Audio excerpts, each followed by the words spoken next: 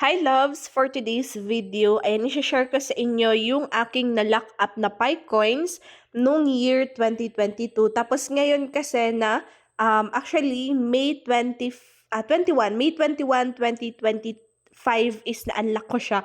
Kaso nga lang ngayon ko lang siya gagawa ng video, June 7 na ngayon. So medyo na busy lately. So ito magpapakita sa screen nyo sa Pi Wallet browser ninyo. Ito. So, naka-screenshot kasi ako guys. Kaya ayan, ito ipapakita ko sa inyo. Once na natapos yung lockup ninyo is ito, magpapakita dito sa lockup na merong 1. Ayan yung 1 na yan. So, clinic ko lang yan. So, i-click ko lang yan. Clinic ko yung lockup na yan. Tapos, ito magpapakita. So, movable lockup. Meron ditong move. Pwede na siyang ma-move. So, you can move the following lockups to your available balance. So, clinic ko lang yan.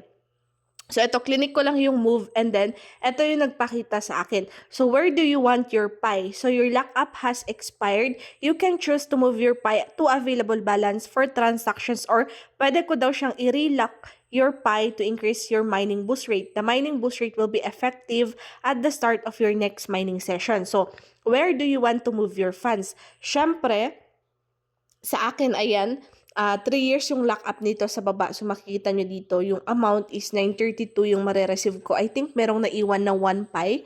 No, naiwan yung 1 Pi. So, relock with the same thing. So, meron ditong options. So, relock or move to available balance. Syempre, ang pinili ko is i-click ko tong move to available balance. So, na-move siya sa available balance and yan, nag-success. You have successfully moved the amount of your balance. Ayan, available balance to your available balance. So, sa available balance siya napunta mga loves, no?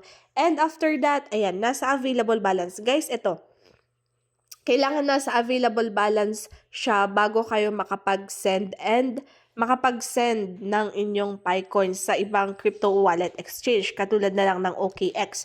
So, ayan siya. Ganun lang yung process kung paano na-unlock yung aking Pi coins. So, talagang kung ano yung nilock up nyo, 3 years man yan, 1 year, 6 months, yan po yung aantay ninyo. And then, magpa-pop up naman siya sa Pi browser natin. So, open ko yung Pi browser ko dito para makita natin yung aking totoong available balance. Pero meron akong na-send na Pi coins. Nag-try ulit ako mag-send sa aking OKX ng 1 Pi kasi kailangan kong i-verify if tama ba yun. So, pumasok naman siya. Naku, ang tagal. Bakit ang tagal? Wait, open lang ulit natin. Reopen natin. So, yan. So, na-share ko sa inyo. If ever na meron man kayong naka-lock up, antayin nyo po yan. So, continuous mining. Yung iba guys, na-approve na yung KYC nila, pero hindi pa na-move sa available balance yung kanilang mga Pi coins is actually inaantay na lang next migration. Sa account ko, meron pa akong transferable balance pero hindi pa yun na-transfer kahit na tapos na yung lock-up period ko. So, I think next migration yun. Hala, bakit ayaw niya ma-open yung aking Pi browser? Ayaw niya mag-open. Ayan. With Ion Wallet and then unlock with passphrase. Mas maganda yung naka-unlock sa inyo ng fingerprint. Hindi basta-basta mawawala. Ayan, so available balance ko guys, 932. 933 yan. Kaso ayan, nag-move ako kahapon, kagabi ata ito. Yan, nag-move ako ng 1 Pi. Trinay ko lang para matry ko if marireceive ko siya sa aking OKX. So, yun lang. Ayan. So, I hope nagka-idea kayo kung ano mangyayari if ever na matapos yung lock-up period nyo sa Pi coins ninyo. So, inaantay ko kasi medyo mababa yung price ng Pi coins kaya hindi ko siya sinesell.